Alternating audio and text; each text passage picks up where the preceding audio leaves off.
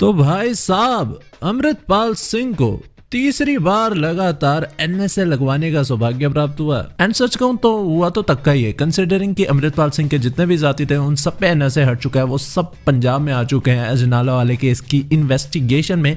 लेकिन अमृतपाल सिंह को फालतू में 1 साल और वहां पे गुजारना है। अब देखो बात तो इतनी सी है कि बहुत बड़ा थ्रेट है नेशनल सिक्योरिटी को और पंजाब की सीएम की कुर्सी को। अब देखो जी इस साल क्या रीजन है वो तो अभी 23 अप्रैल को बताया जाएगा, क्योंकि भाई पिछले साल तो इन्होंने रीजन दिया था कि भाई सीएम भगवंत मान की जान पे खतरा है अमृतपाल सिंह के द्वारा, इसलिए एनएसए दोबारा लगाया है।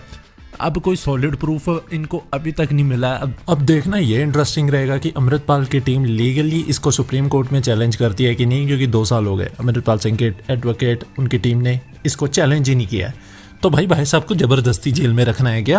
एसजीपीसी ने भी कंडेम कर दिया भाई, आपके पास एक रिलीजियस सपोर्ट भी है। ऑन द अदर हैंड क्या वाकई में ही अमृतपाल सिंह पंजाब का 2027 में सीएम बन सकता है?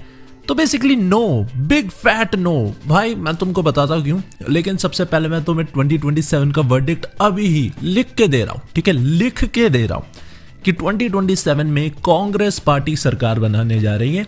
अमृतपाल सिंह चाहे बाहर हो या अंदर हो उससे फर्क नहीं पड़ता, सरकार कांग्रेस पार्टी की ही बनेगी। अब देखो अमृतपाल सिंह के बाहर या अंदर होने से फर्क क्या पड़ेगा? अब देखो तुम्हें पता है अमृतपाल सिंह की पार्टी है, उसमें बड़े लीडर्स का तुम्हें क्या ही पता होगा। एक उनके एडवोकेट है इमाम साहब, वो हैं, ठीक है, उनके फादर हैं तरसेम सिंह, वो हैं, एंड एमपी हैं सरबजीत सिंह खालसा, वो हैं।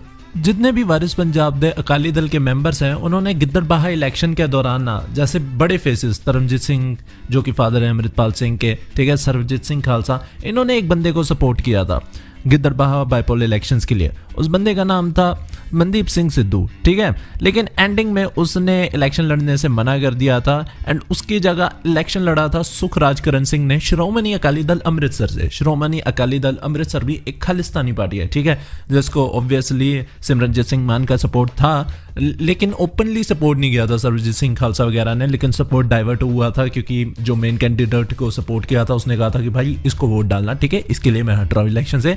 उसको बस 715 वोट पड़े थे।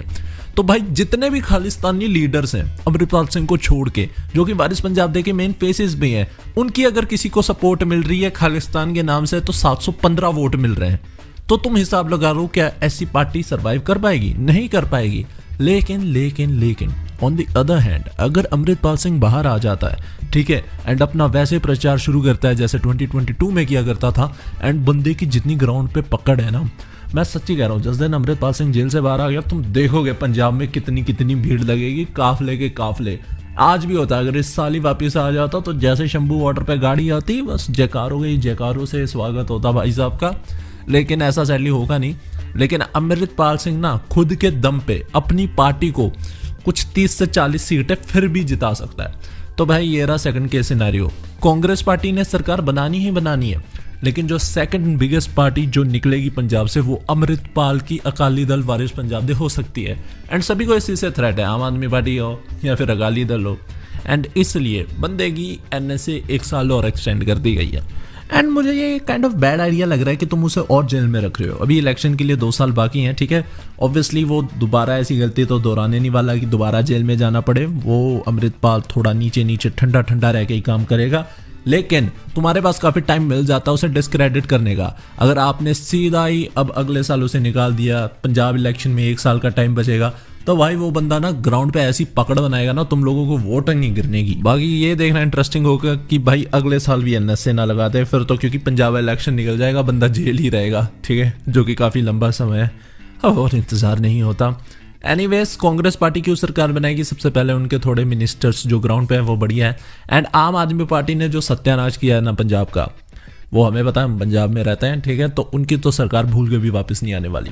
बाकी अमृतपाल सिंह बहुत बड़ा पोर्शन ले सकते हैं, पर सरकार बनाने जितना तो उतने में भी नहीं है, क्योंकि देखो अगर सिर्फ खालिस्तान के नाम पे तुम्हें वोटें मिल रही होती ना तो हर साल पंजाब में सरकार बनती श्रोमणी अकाली दल अमृतसर की, पर वो हर साल बुरी तरह हारते हैं, तो भाई पॉइंट ही नहीं है कुछ। तो बस आज की वीडियो में इतना ही।